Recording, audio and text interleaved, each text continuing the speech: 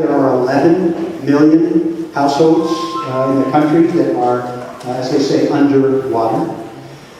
There has been an ongoing series of problems. We haven't yet seen the full thrust of this going forward for a variety of reasons, in part because some of the financial institutions have been holding back because there's a lot of in the pipeline already. They want to avoid too much product going out, as they say.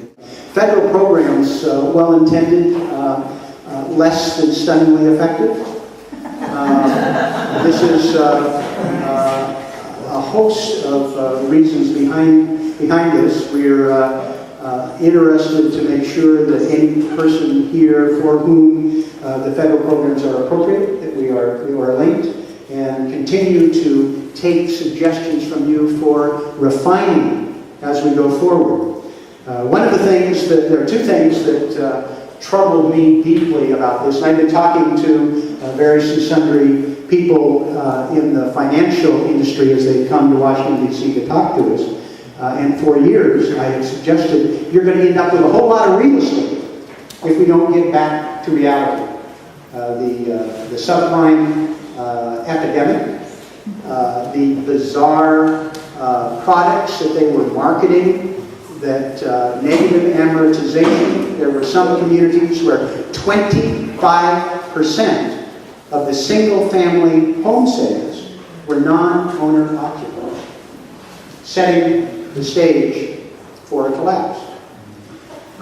One of the things that I found stunning is that we had an abrogation on the part of the last administration to actually enforce rules and regulations that were on the books, that were ignored. My former colleague Chris Cox, in his tenure at the SEC, is going to go down in history as one of the dark chapters in that institution. One of the things that we saw was aggressive marketing to people for products that were simply not going to stand the test of time.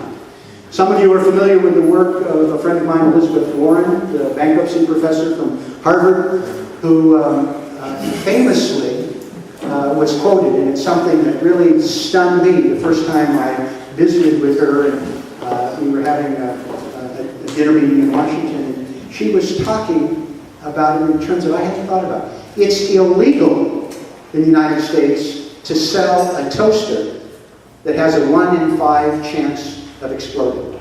It's illegal. We have a consumer product commission that would take that thing off the market.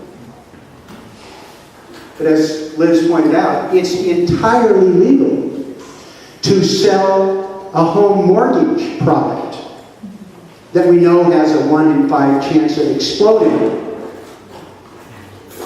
and take down, for what for most of us is our largest single investment, our home. By what logic is it we protect from exploding toasters, but not from exploding mortgages? You ever heard of Fannie Mae? That's exactly why we passed financial Wall Street reform that has in it a consumer financial protection agency. And some of us are pushing for Liz to be the first director of that, so that we have somebody who's enforcing it, unlike what we had in the last administration, where they basically turned their back and allowed practices that were destructive and dangerous.